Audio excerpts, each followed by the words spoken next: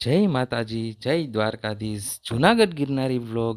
આજ તમને જુનાગઢની અંદર ખાંદ્રોડ રોડ ઉપર આવેલું એક સરસ મજાનું અતિ પૌરાણિક એ મંદિર, જેની અંદર તમે જુઓ તો ખૂબ જ સરસ તમને વૃક્ષો જોવા મળે છે અને બેસવા માટેની એક ખૂબ આહલાદક જગ્યા છે.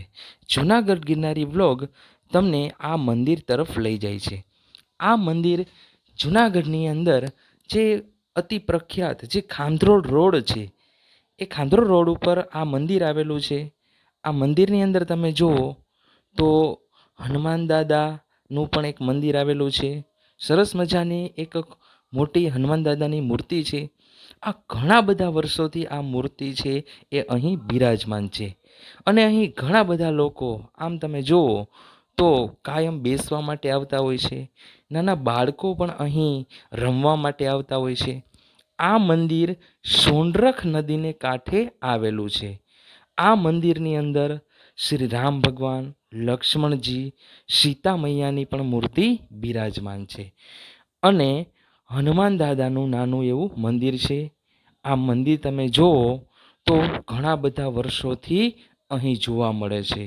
અહીંયા એક સીતારામ બાપુ તરીકે ઓળખાતા એ બાપુએ ઘણા બધા વર્ષો અહીંયા પસાર કર્યા.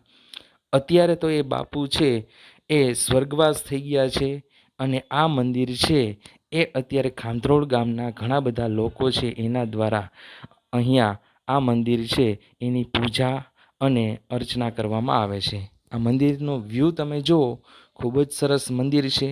ઘણા બધા વૃક્ષો છે અને આ મંદિર આરટીઓ ઓફિસની એક્ઝેક્ટ સામે આવેલું છે.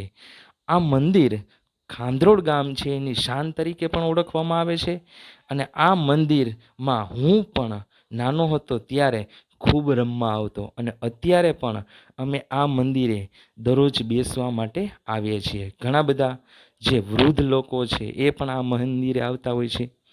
હમણાં થોડા વર્ષો પહેલાં આ મંદિર છે એની બાજુમાં એક મહાદેવનું નાનું એવું જે એમ કહી શકાય મંદિર જે પણ બનાવવામાં આવેલું છે. આ મંદિર એક્ઝેક્ટ સોંડરખ નદી છે એની બાજુમાં બનાવવામાં આવેલું છે. ત્યાં મહાદેવની નાની એવી મૂર્તિ બિરાજવામાં આવેલી છે અને આ મંદિર તમે જુઓ તો થોડા ઘણા વર્ષો પહેલાં બનાવવામાં આવેલું છે. ખૂબ જ સરસ મંદિર છે અને આ જે તમે જુઓ તો સોંડરખ નદી આવેલી છે. આ જે મહાદેવ બેઠા છે, આ મહાદેવને રામેશ્વર મહાદેવ તરીકે ઓળખવામાં આવે છે.